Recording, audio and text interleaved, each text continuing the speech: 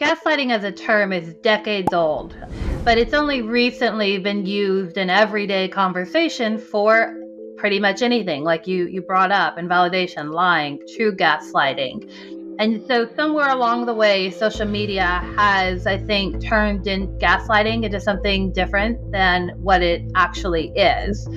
So when I talk about all gaslighting is invalidating, but not all invalidation is gaslighting, that's a very important distinction, because I think we've reached a place where if you don't hear something that you don't want to hear, that means that you're being gaslighted. But sometimes people don't agree with you. Sometimes people don't believe you. And that's not necessarily gaslighting. And it's not nice to hear. You don't want to hear that people don't believe how you're experiencing things, or that you have a certain medical condition. But it doesn't mean it's gaslighting. It is definitely invalidating, but it is not necessarily gaslighting. This is Chris O from PS Younger Self. Welcome to another episode. Today we have a very important topic that I'd love to get into. It's a topic that I feel that has been on a lot of conversations, whether you look at it in whether you're on social media or in the media. People are talking about this and affecting a lot of people in different ways. And that topic is gaslighting.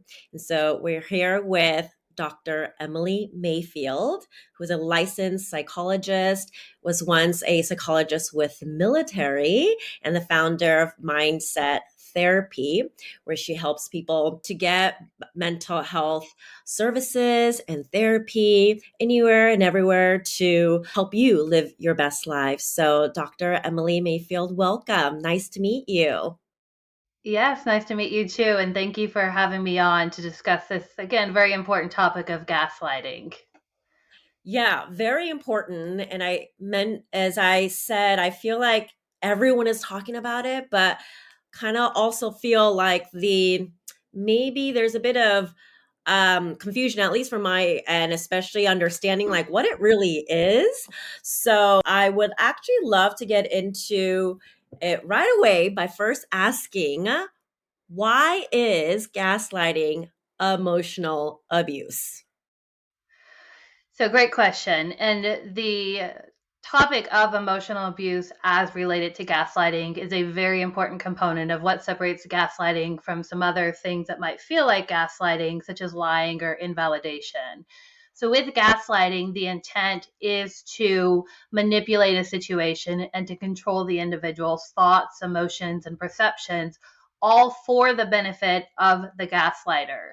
So, with the person who is gaslighting, we'll just call them the gaslighter, their Mhm. goal is to create a reality that best benefits them, which is where that control and manipulation comes in, so that in the long run, they become easier. The person being gaslighted becomes easier to control because of that changing of their reality. Mhm. Okay, so then, but what makes it emotional abuse? Is it the like constant manipulation and control, as you said, of changing the victim or the person they're trying to gaslight's reality? The fact that it happens all the time to have that control and manipulation over them? So, with emotional abuse, that's a very large umbrella term of what falls under an emotional abuse. And so, things like belittling, telling people they're crazy, calling them names, telling them they don't remember how things actually occurred. Those are all psychological abuse, emotional abuse, mental abuse. It's referred to in different ways, but one of the common ways is emotional abuse.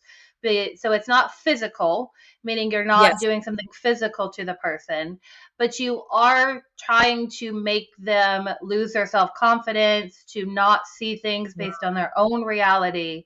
And because of that, it becomes emotional abuse because you are intending to control the person.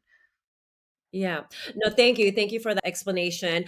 I asked because I wonder, and please let me know, like, could someone unintentionally gaslight you, but it's not it's not emotional abuse. They're not trying to emotionally abuse you, but could unintentionally still gaslight you. Absolutely. In the context of the words that they use. But again, gaslighting has the intent of controlling and manipulating the situation. So somebody can, in essence, gaslight you by making you feel as if you aren't remembering things correctly or that you are too sensitive, can't take a joke, but they're not doing it with the intent of causing abuse to you. So it goes back Got it. to, do they use the words that sound like gaslighting? Yes. Is the intent Mm, behind the words the same between somebody who is truly gaslighting and someone who is not meaning to gaslight? No. And that's also, again, just kind of in general explanation of it, because I do a lot of research on narcissists, and they don't mhm. always understand how their behaviors affect others because of lots of different things, like a lack of empathy, lack of object constancy. So they can't relate to others in the same way that a non-narcissist, for example, could. And so they may potentially gaslight, not knowing that they're intending to control the person, but that is really what they are doing. It's controlling the person. So it's Yeah. not cut and dry, but yes, you can gaslight without intending to gaslight. Yeah, no, that totally makes sense. And it seems like that operative word really is the intention behind it. Like they know what they're doing to your Mhm. point, try to gain control, try to manipulate. Like those seem like really the core and a foundation of what gaslighting is. So, like, can you help us clarify? Because, and I feel like you've mentioned this a bit in some of your videos too, which is how I discovered you. They're really informative, and there's one I want to get to a little bit more specific about, like, actually how I believe you said gaslighting is invalidating, but not invalidation is always gaslighting. And I thought that was so like powerful and clear because Emily, like I feel like whether you're on social media, like I said, there's hundreds of thousands of content using different permutations of hashtags to on the media. I was just looking up, there is an article like even 9 hours ago, apparently Anderson Cooper being accused of gaslighting. And it's like, and these memes, Dr. Emily, whether it says like, I feel like you're lying, and people blanketedly say, oh, you're gaslighting me, or someone is insulting you. So are those all forms of gaslighting, or are we just throwing gaslighting around for any negative behavior? Yes. So gaslighting as a term is decades old, but it's only recently been used in everyday conversation for pretty much anything, like you brought up, invalidation, lying, true gaslighting. And so somewhere along the way, social media has, I think, turned in gaslighting into something different than what it actually is. Mhm. So when I talk about all gaslighting is invalidating, but not all invalidation is gaslighting, that's a very important distinction, because I think we've reached a place where if you don't hear something that you don't want to hear, that means that you're Mm, being gaslighted. But sometimes people don't agree with you. Sometimes people don't believe you. And that's not necessarily gaslighting, and it's not nice to hear. You don't want to hear that people don't believe how you're experiencing things, or that you have a certain medical condition, but it doesn't mean it's gaslighting. It is definitely invalidating, but it is not necessarily gaslighting. mhm. No, thank you. And you're so right that like, none of us like to hear that we're wrong, but it's not just inappropriate, but it's not healthy also to, even though we're going to Mm-hmm. address even deeper into how to identify, detect gaslighting, because as you said, that it is emotional abuse and you should never be a victim. And if you are, like remove yourself from that situation. But it is also kind of unhealthy to blame everything to be gaslighting, right? If you truly don't understand what it is. It is, because the people that are being gaslighted, their own experiences are being invalidated. Again, if I'm actually the recipient of gaslighting and I'm trying to explain my experiences to you, and you're considering gaslighting in the sense of my teacher doesn't believe me that I didn't have time to do my paper, then they're gaslighting me.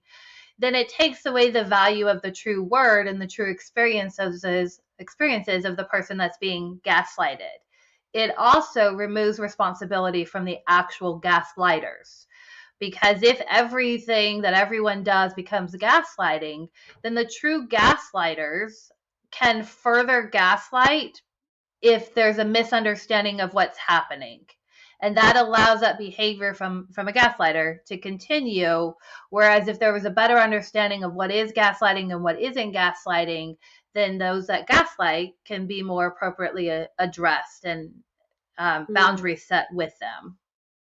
okay, okay. So can you help us clearly understand, detect, are there signs? I've read and watched videos about how there are certain phrases people who gaslight will use, but yeah, can you help us really understand that if I'm in a situation, like I can detect certain signs that okay, I am definitely being gaslighted. So, probably the number one problem with gaslighting is it is insidious, meaning it develops slowly. So if you Oh, just meet somebody and they try to convince you that dogs have five legs, you're going to know that they either not educated, they think that you're not intelligent, because it's an obvious misrepresentation of reality. Whereas okay. gaslighting is insidious. The people that gaslight with the intent of control and manipulation come in and do little things. So you Oh, maybe misunderstood what time you guys were meeting for dinner or what they said they were going to do after work. And those are little things, in the big picture, whether you did or didn't remember what time dinner was isn't a big deal, but that mhm, sets the gaslighting up to become something that is bigger and more problematic over time. So, somebody that is receiving gaslighting because it's insidious, they don't necessarily know that it's happening. And again, that's part of the emotional abuse. Is yeah. emotional abuse is very damaging because it's not as obvious as physical abuse. You don't, if you get Yes. hit by a significant other, it's pretty obvious that that's not the right thing. But if they're kind of saying, you can't take things seriously, it's just a joke, you're sensitive, you're crazy, but it doesn't Mhm. necessarily catch on to emotional abuse until it happens over time. So with gaslighting, it's going to be hard to notice, but some of the things that you can look for is that name calling. Are they calling you names? You're crazy, you're stupid. Are they accusing you of your own thoughts or emotions being wrong? You don't remember that correctly. That's not what I said. You never listened to me. Those are some of the phrases, but at the end of the day, if you start to lose self confidence when you're around this person, then that can Mm. be one indication that there might be gaslighting going on. And another issue with the gaslighting is the gaslighter becomes your source of reality. So the very person that's telling you you're crazy and trying to alter your reality is usually Oh. the person you're trying to test reality with. And so that makes it more difficult because, they say you're crazy. That's not what I said yesterday. And then you're asking them, well, what did you say? And now you're trying to validate reality against a person who's trying to alter your reality. Now it all makes sense in terms of and how back to the initial question, like why is it emotional abuse? And when I was listening to you, especially the fact that another core sign, it seems like, is the fact that it's insidious, that it's a gradual thing. Is that also on purpose because of their intent to manipulate? And if it's little things here and there that add up, it will be like what you said, the victim won't catch on, so it's easier to manipulate them in the long run, as opposed to if the transgression or something was much more impactful, that the person, the victim, can actually catch on. So is that insidious gradual little things purpose, on purpose? Absolutely. Because if somebody, you've got a primarily emotionally stable victim, and Wow. a gaslighter comes in and they outright tell you the obvious things are not true, you're just going to brush it off and you're not going to believe what they say because it is obviously not true. And so the Mm-hmm. gaslighter needs to come in a way that is slow, purposeful, so that it wanes away or wears away at your own sense of self Mm-hmm. to a degree where, again, it's not obvious. Because back to the Wow. example, if someone comes up to you and outright says this fact that a majority of the people know is true is not true, you're just going to brush them off and you're not going to have any further conversation about that because it's not worth conversation because it's obviously not true. But those are not the things that gaslighters target. Wow. So fascinating. And why? So, someone who is perpetrating this behavior of always gaslighting with the intent to take control, what is their motive? I mean, yes, the motive to control, but is there underlining psychological reason why? And you mentioned briefly, and maybe you can expand on this. And I do actually see a lot of the content kind of tying gaslighting to narcissism, to narcissists. So are all gaslighters narcissists? I mean, or could someone be gaslighting you again, but not be a narcissist?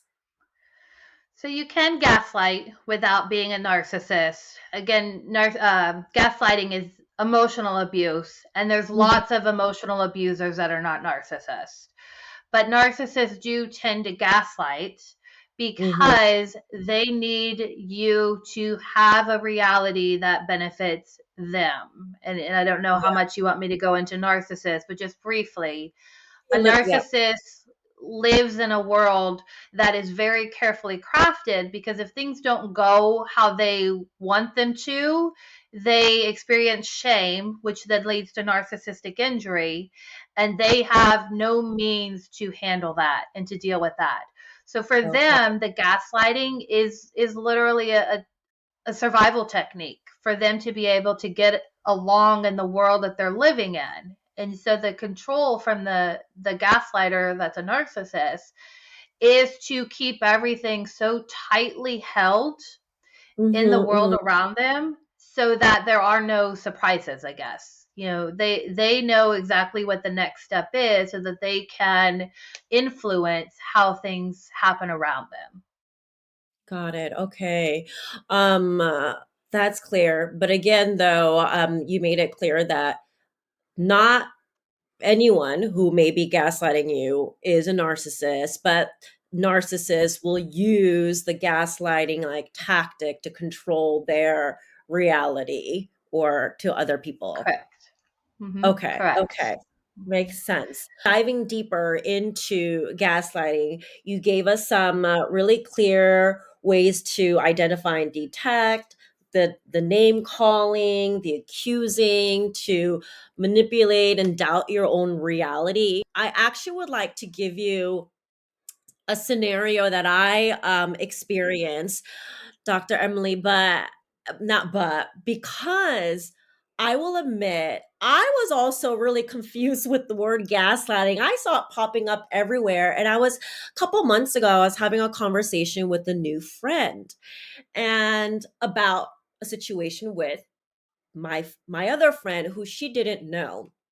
And her immediate reaction was like, wow, like she was totally gaslighting you. I'm like, huh, like why? Like, because again, I guess I didn't really grasp the full understanding. So let me give you this scenario that happened to me and let me know if you define that as gaslighting. So I had been really good friends with this friend, and in our past life in New York, we did a lot of partying and more of the social activity, like out drinking and all of that. And when she moved here, she kind of had the same lifestyle, yet I didn't. I didn't like that anymore. And I've communicated on many occasions that I don't like to do that anymore. And one evening after dinner, she convinced me, well, she was trying to convince me, pressuring me, let's go out one more, like one more. And even though against it, she convinced me, and we arrived at this bar, and I was just like, this is not where I want to be. And she said, we're kind of like, I'm trying to communicate to her, I don't want to be here. And at one point, she was a little upset and said, you're always leaving me. And I thought to myself, I don't think that's it. But I stood my ground and I'm like, I gotta leave. And I left even though it was late. I knew she would get home. And the next morning, something strange, because I consider myself pretty self-aware and can set boundaries. But I woke up the next morning, Dr. Emily, feeling guilty and questioning myself, that I'm like, did I am I a bad friend for leaving my friend when I told her on multiple occasions I do not like to be in this environment anymore? And I ended up sending her an apology text message like, I'm sorry if you felt like I left you, da da da da da. And all she said was, it's okay. I understand you don't like that place anymore, or something like that.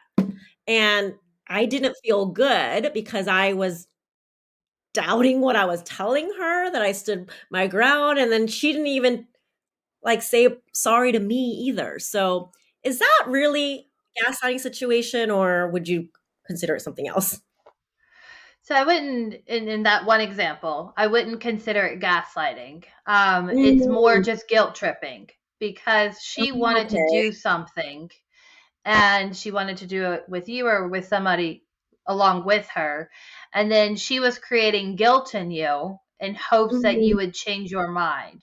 So in that example, the words of that she was using were to create guilt so that you would then make a different decision based on that feeling of guilt that you had. And ultimately, you didn't that night. You still went home, but the guilt was still there in the morning, which is why you Yes. apologized for Yes. your actions, which were totally reasonable. It's a choice that you made, but that was her intent. I mean, not necessarily a conscious intent, but she was hoping to create guilt in you so that you would make a decision that was going to benefit her. So the difference between that and gaslighting Yes. is she wasn't trying to create a new reality for you. She wasn't Okay. trying to tell you that you're wrong in your experiences, that that's not how things are, to create doubt on what's actually happening in the world around you. It was very specific to that situation of this is what I want from you right now, and I'm going to say something in hopes that that changes your mind. Mm. So thank you. That actually does clarify. And to see, this is exactly why I feel like the word gaslighting gets misinterpreted Mm-hmm. or just getting thrown around. And then when that girl said, "Oh, you're being gaslighted," I thought, "Oh wow, I didn't realize that. Like maybe I was." And then accuse. I didn't go off and tell that friend, but so even though when I woke up in the next morning feeling that I was doubting my decision, but because Mm-hmm. you made it very clear, she wasn't making me doubt the reality that I was living, the reality of what was happening. Okay. Mm-hmm. Okay. Okay. And so let's take it just one step further, and hopefully this can explain it a little bit more.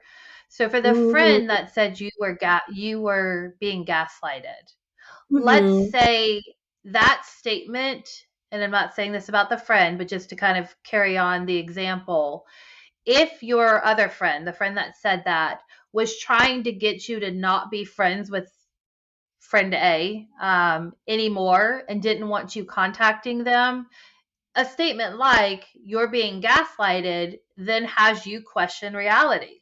And so those sorts of statements where you then question what was actually happening is going to be more along the lines of gaslighting versus somebody saying, I want you to do this with me, or you always do this with me, so why aren't you doing it now? Because that then is more guilt related. You put it that way, that how friend B, not the person who was trying to guilt trip me, could actually be the one, even though that wasn't her intent, but Yeah. the hypothetical situation could be the one Hmm. be gaslighting me. Wow. Okay. Yes. So no need to harp on that, but thank you for giving me clarity around that. So actually, then it seems like gaslighting, even though you made it very clear it didn't happen to me in that situation with a friend, but it can happen outside of just intimate relationships, but with friends, even families. I feel like it's more common, and even the workplace. Is that right? Hmm. Absolutely. Yes. Anybody can gaslight you, any type of relationship that you're in. But somebody Hmm. that you have limited contact with is unlikely to actually be gaslighting you just because they don't have enough opportunity to change your reality. Oh, that is so interesting. Oh, okay, okay. Can you give me an example? Maybe I don't know how pervasive it may be in the workplace, but since it is possible and maybe sometimes more difficult, I'm just assuming, but you can correct me if I'm wrong, to maybe address the person who may be gaslighting you in the workplace to kind of confront them because it's like a professional environment. Can you give me an example in the workplace environment and how you could be gaslighted? Let me think of an example. So if it were let's say you're part of a team in the workplace, and so you have a coworker on the team with you, and the Hmm. Hmm. coworker doesn't want to actively be a contributor to the team, and so they Hmm. tell you that you never help. Um, you're always turning things in late. You are not understanding the projects. So, in that example, the coworker, the gaslighting coworker, is trying to put the responsibility on you so that you look like the problem in that situation if things don't go as planned.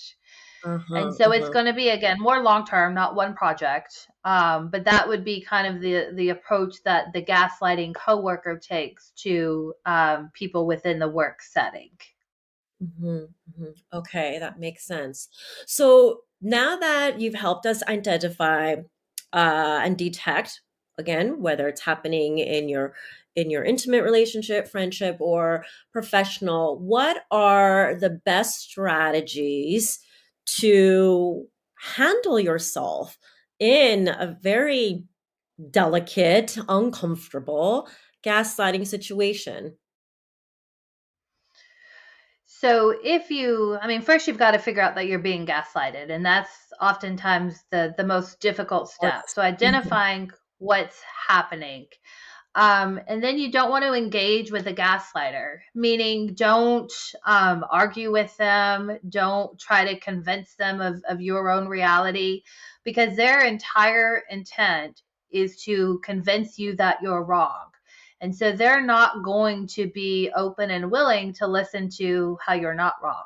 That's just going to give them more kind of fuel to the fire, which allows them more opportunity to convince you how you're wrong, how you're the problem, how you're too sensitive, all of the above. So it's important once you've identified that you've been gaslighted or who the gaslighter is to not engage with them. But then you also want to talk to family and friends. So when you're being gaslighted, it's very isolating. Like I mentioned earlier, the gaslighter becomes your source of reality. And so you've now mhm, lost sense of reality and what's real, what's not real, whether you should or shouldn't feel or think a certain way.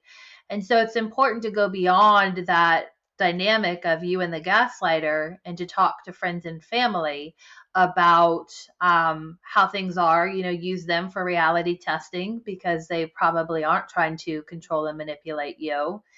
And then also you want to figure out whether remaining in that relationship, whatever, at that job with that significant other, still talking to your parent is best for you. And then the last thing is start working on your self confidence and your self esteem because, by definition, emotional abuse wears away at your self esteem, which is why it can happen for so long. And that's a good time to then work on self care, go to therapy, just do things so that you can get your sense of self back, which has been taken away by the gaslighter for potentially decades for some people.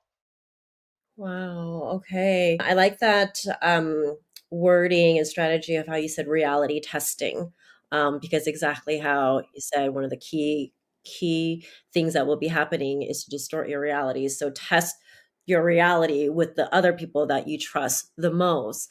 So then, great strategies of how to handle the situation. But what if, you know, obviously, maybe not obviously, but I think like if it's happening with, let's say, an intimate partner or a friend, you can choose not to be in that relationship anymore if you clearly identified that you have been victim of emotional abuse or gaslighting. But what if it happens in a family situation, whether it's your sibling or parent child dynamic, or could it be reverse, your child to a parent, and you love them, you can't just stop being in a relationship with your family. How do you communicate and handle that situation with a loving member, person in your life, that you don't want to disconnect with, but hey, I think you are gaslighting me and this is not okay. Yes. So having the discussion of what they're doing, because again, they may not realize that they're doing it. So having that discussion to begin with, but then dependent on how that discussion goes, really needs to influence what you do with that relationship. As a Mhm. psychologist, some of the most difficult relationships that people are or the relationships that people find the most difficult to sever are those familial relationships, I especially a agree. child and a parent. Is the child feels obligated to maintain a relationship with the parent and to not cut the parent out of their life, even though they're being emotionally abused by the parent. So sometimes it is a better option for people to sever that relationship, even if it is a parent or a child, if you have an adult child that you feel like is gaslighting you. But the decision is really going to come down to, are they willing to change? Are they willing to consider how their actions are affecting you? And are they willing to make changes? And if they aren't, then is there a benefit to maintaining that relationship with them? Mhm, mhm.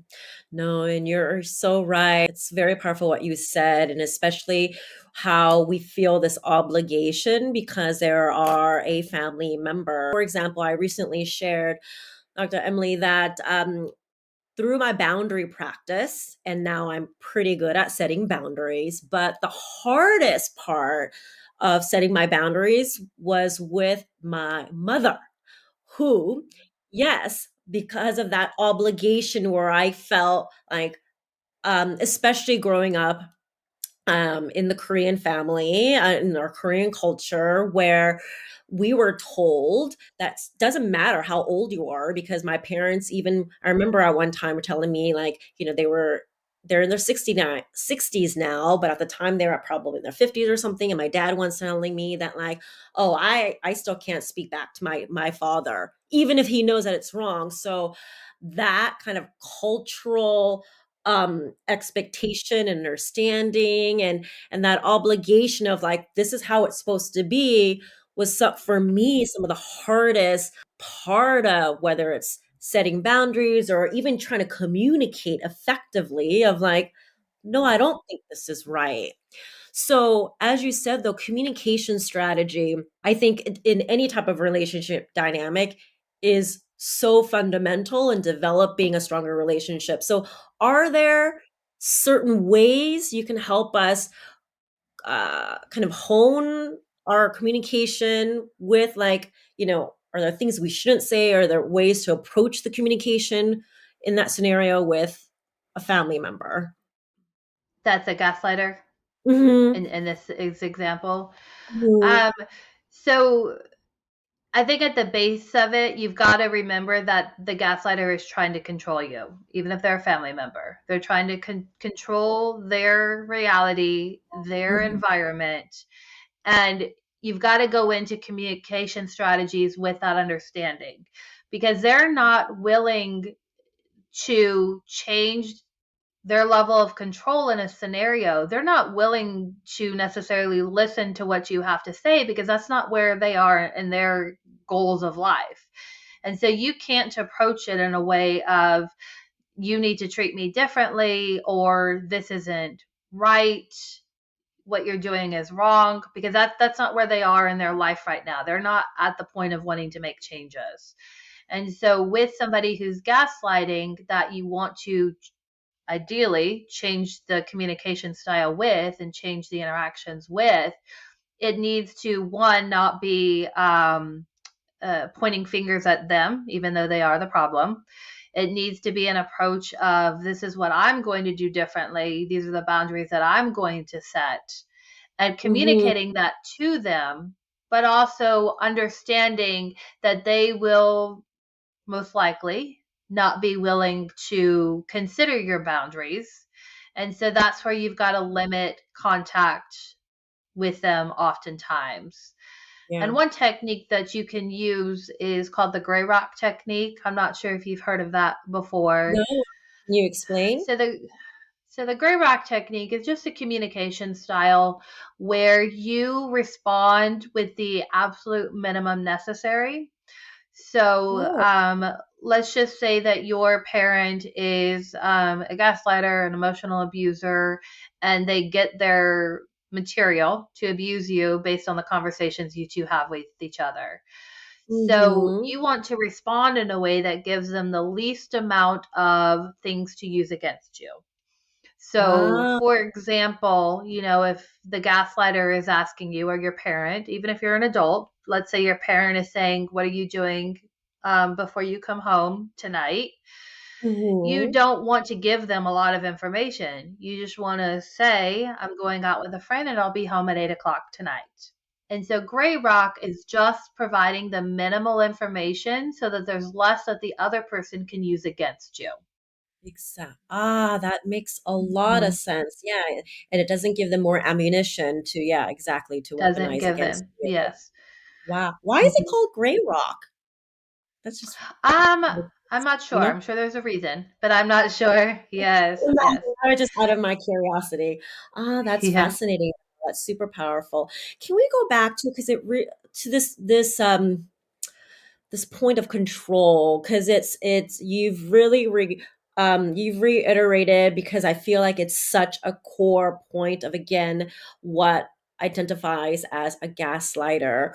Why someone who is a gaslighter, who needs that control, and when you gave this example of trying to communicate with them, they're likely, because they need to be in control, that it's hard to have a conversation with them.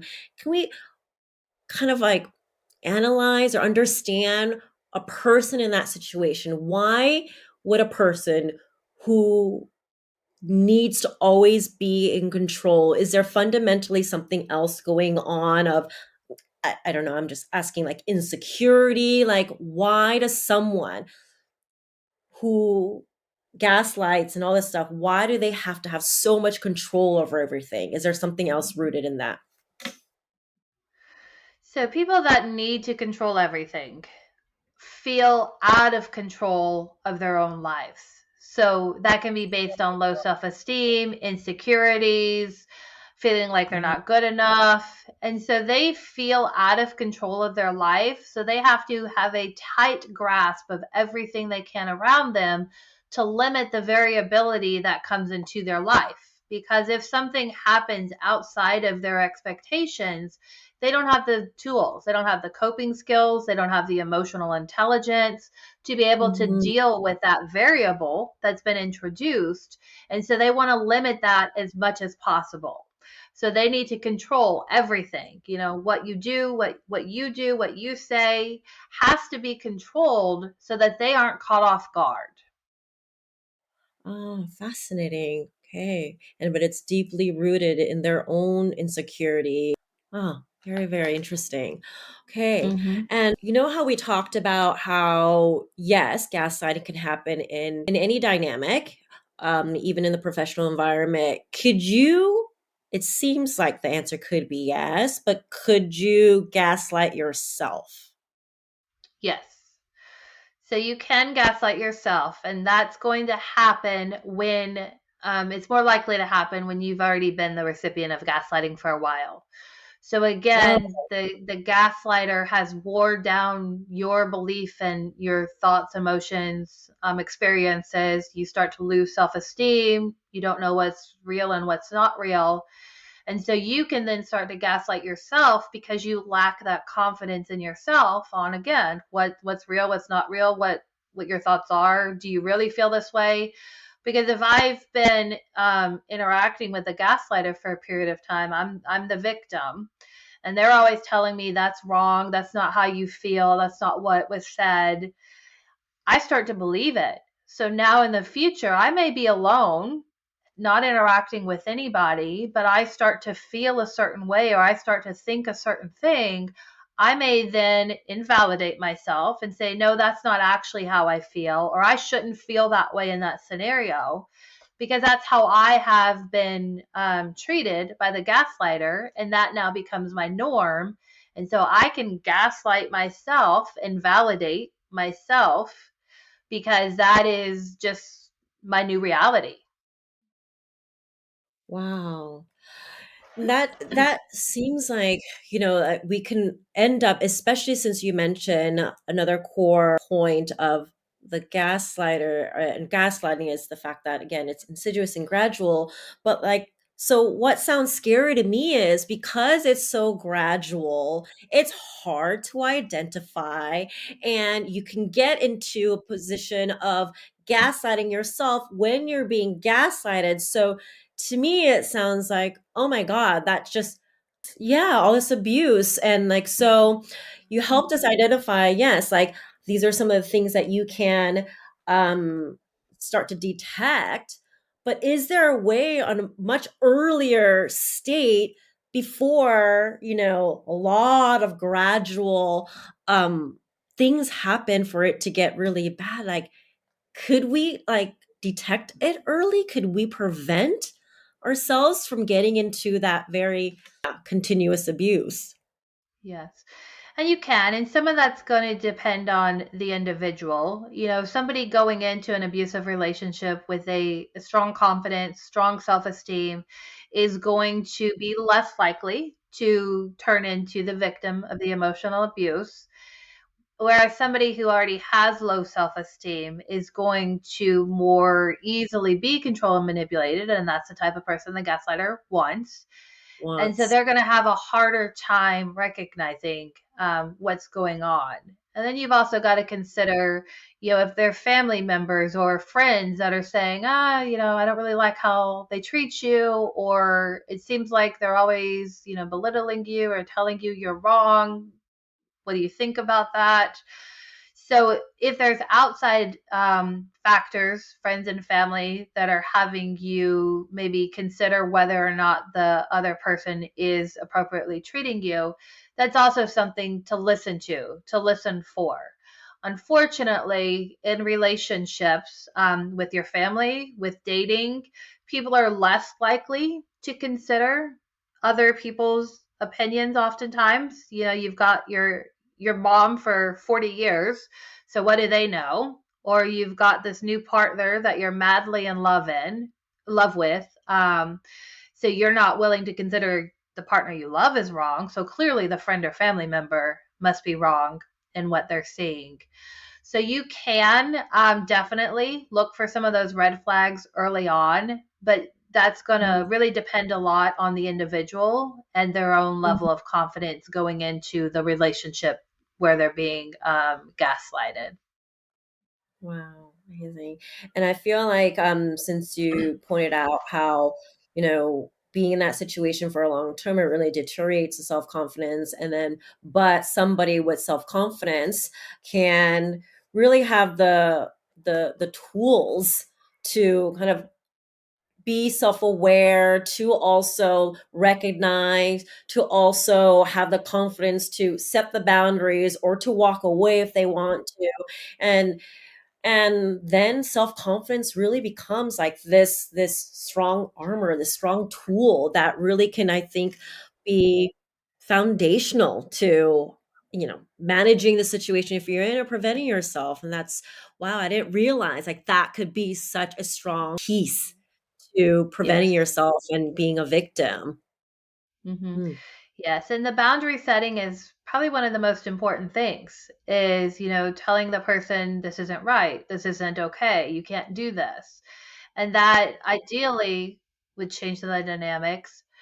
But again, you've got to have good self-confidence to be able to effectively set boundaries and hold the boundaries. That's probably the hardest part for people is you can set the boundary, but are you going to hold the boundary, or are you going to try to bend the boundary because you start feeling bad for the other person?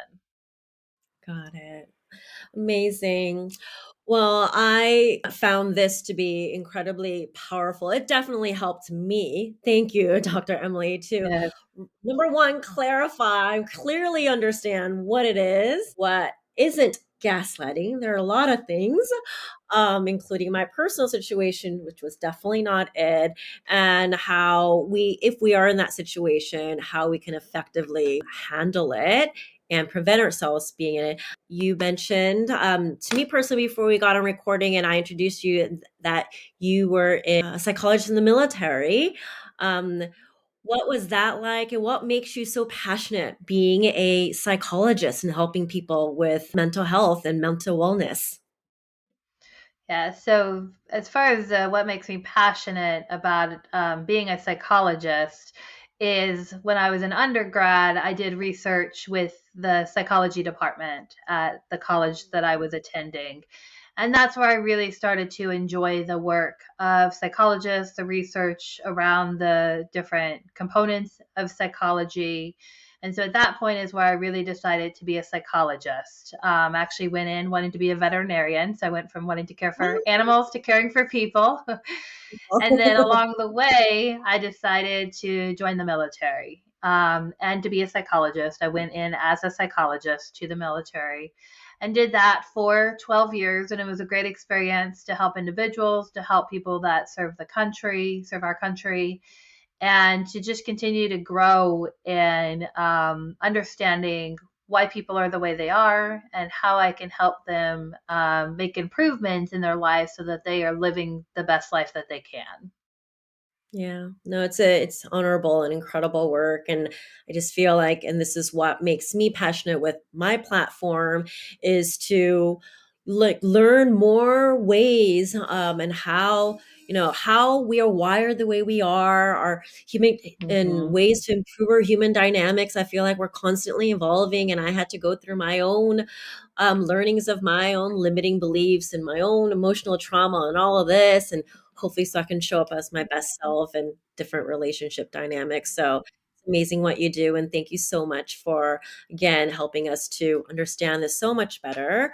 One of the, or the last question I like to ask, Dr. Emily, all of my guests, and it's related to why this podcast is called PS Younger Self. If you can go back to the younger Emily at any age in her life to just pass on one piece of wisdom to remind her to live fully in the present and on her own terms, is there anything you like to pass on to her?